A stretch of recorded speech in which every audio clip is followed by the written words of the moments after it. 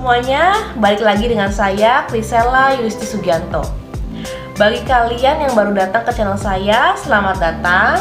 Silahkan kalian subscribe dan like video-video saya. Semoga video-video yang saya berikan dapat berguna bagi kalian semua. Kali ini saya akan menjelaskan tentang Autism Spectrum Disorder. Kalian pasti sering mendengar atau mungkin ada beberapa dari kalian yang memiliki keluarga atau teman atau mungkin hanya sekedar melihat seseorang dengan gangguan spektrum autisme. Gangguan spektrum autisme apa itu? Itu merupakan ketidakmampuan perkembangan yang dapat menyebabkan tantangan sosial, komunikasi, dan perilaku yang signifikan.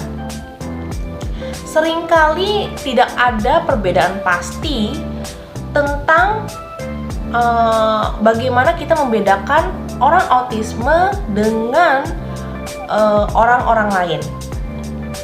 Tetapi orang dengan autism spectrum disorder dapat berkomunikasi, berinteraksi, berperilaku dan belajar dengan cara yang berbeda dari kebanyakan orang.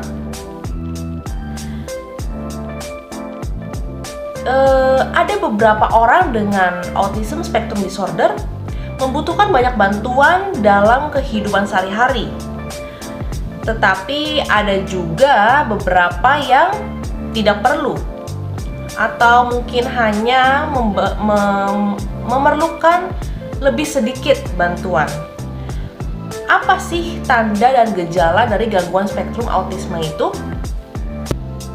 Orang dengan autism spectrum disorder sering memiliki masalah dengan keterampilan sosial, emosional, dan komunikasi. Mereka mungkin mengulangi perilaku tertentu dan tidak menginginkan perubahan dalam aktivitas mereka. Banyak orang dengan autism juga memiliki cara yang berbeda untuk belajar, memperhatikan, dan bereaksi terhadap sesuatu. Apa sih gejala-gejalanya?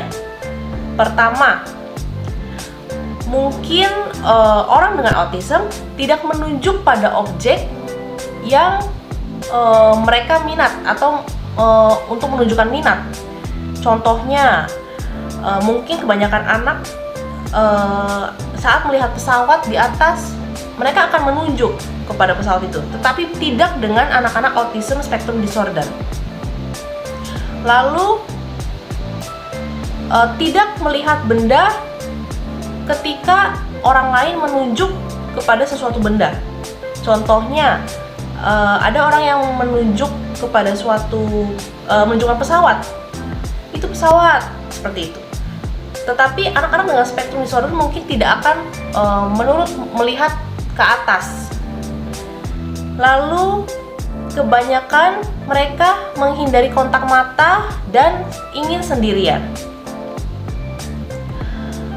Lalu mereka mengalami kesulitan memahami perasaan orang lain atau berbicara tentang perasaan mereka sendiri.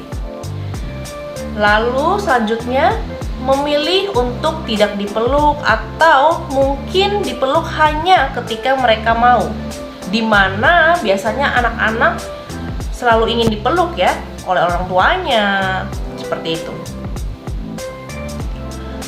Lalu kebanyakan mereka tidak menyadari saat orang lain berbicara dengan mereka, tetapi menanggapi orang lain, seperti itu. Lalu mereka kebanyakan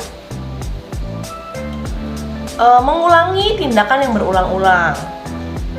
Lalu tidak bermain game yang berpura-pura. Contohnya, misalnya tidak berpura-pura memberi makan kepada boneka, atau main dokter-dokteran yang memeriksa pasien ke boneka, seperti itu.